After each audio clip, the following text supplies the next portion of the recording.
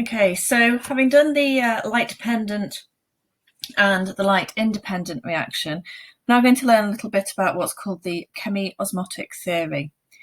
It's a theory used to explain about the amount of ATP that is produced during the light-dependent reaction. To begin with, scientists were happy with the fact that the electrons moved down the electron transfer chain, and that released enough energy to make the ATP from ADP plus PI. But then what they realised was actually the plant was making a lot more ATP than that would account for. And so the chemiosmotic theory explains where the extra ATP was coming from.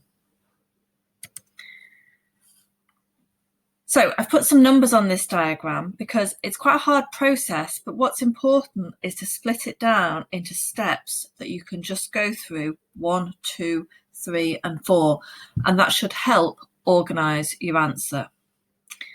So the first thing that happens in the light-dependent reaction is obviously the light energy hits the chlorophyll and electrons are released.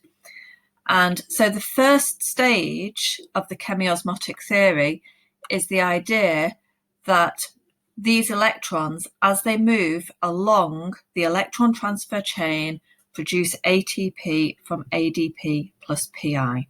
That's number one here. We've already learned about that in the light-dependent reaction. Then, number two down here, this is inside the stroma. And number two is that the ATP that is produced by the electron transfer chain is then used to actively transport hydrogen ions into the thylakoid space, because the concentration is low within the stroma, but is actually much higher within the thylakoid space. So it is active transport, and it is using the ATP that the electron transport chain is producing. So number two is the active transport. This then creates a very high concentration of hydrogen ions within the thylakoid space.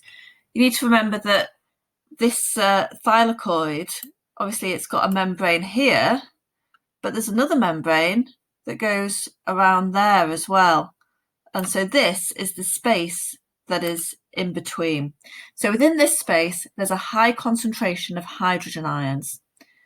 And number four, because of this high concentration and this gradient, the hydrogen ions then diffuse through the ATP synthase channel.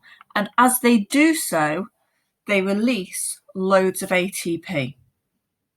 And if you can just remember those four stages, that will make up an answer or a paragraph in an essay on the chemiosmotic theory. So here you've got the key points. So first of all, the electrons pass down the electron transfer chain.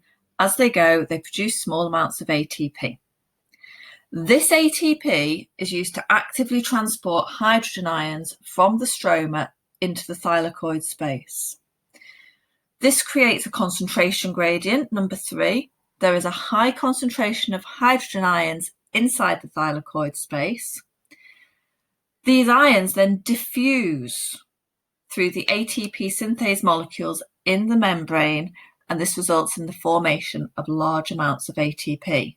Technically, this is facilitated diffusion because it is moving through a protein. The reason this happens, I know lots of you have been asking, why this and why this? This is because the hydrogen ions, when they enter the ATP synthase, actually change the environment within the protein and cause the protein to spin around. And it's that spinning that then provides the energy to convert ADP and PI into ATP.